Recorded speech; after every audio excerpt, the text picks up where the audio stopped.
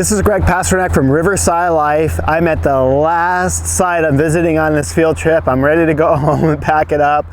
But I made a special detour to get to this one site.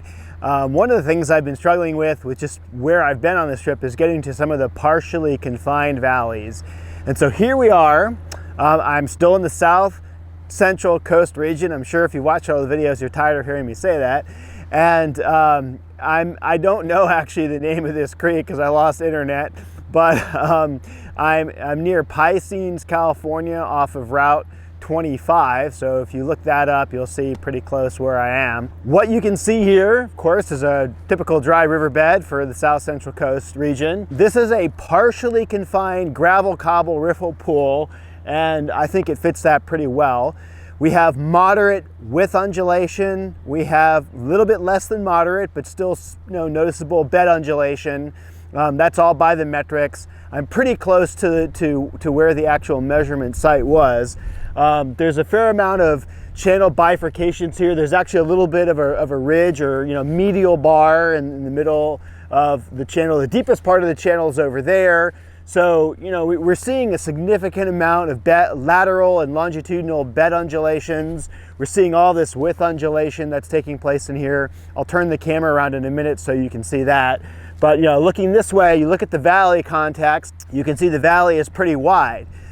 In terms of the regional classification, it's partially confined, and by metrics, it's in the partially confined valley, but it's getting close to unconfined numerically, and in fact in the statewide classification it fell into the unconfined, but both agree on the gravel cobble riffle pool classification. So anyway, when we look upstream you see a relatively wider section. Now I'm going to rotate the camera to look downstream and try to not trip and fall as I do this.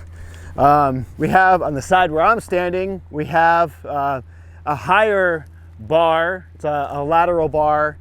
And then you can see the cut bank on the opposite side over there, which would be the deepest part where there's a pool. There's some finer gravels in there that have deposited that are indicative of, like, on the receding limb of the last flood, pools get slower than riffles, and so then that would deposit. So we're also seeing the very coarse point bar right in front of me, that coarse sediment just right down in the channel here. That coarse point bar is because during the flood, the water doesn't route sediment into the deepest part of the pool. It routes it across this point bar, and so that deposits all of that coarse sediment there. Anyway, and then if we look way into the distance, we have quite a straightaway after this. It's really a beautiful channel. There's probably a lot of features we could look at into the details. I love being able to see the whole structure of the river.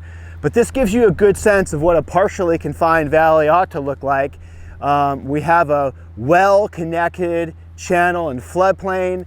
We have gravel cobble. There's also certainly plenty of sand and fine sediment that's here, but it's predominantly gravel cobble.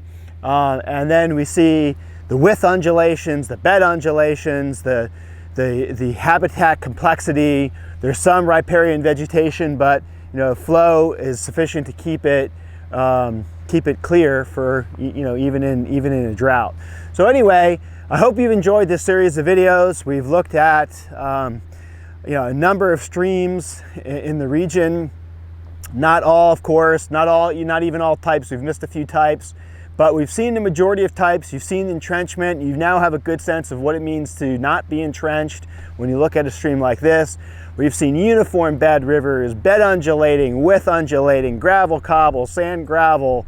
I think we've only seen one example of a bedrock boulder stream, and that's some of those types are places that I would need to visit on another trip. Anyway, I hope you've enjoyed this video series of the South Central Coast region to see the different kinds of rivers we have in this part of California. Thanks for watching the videos.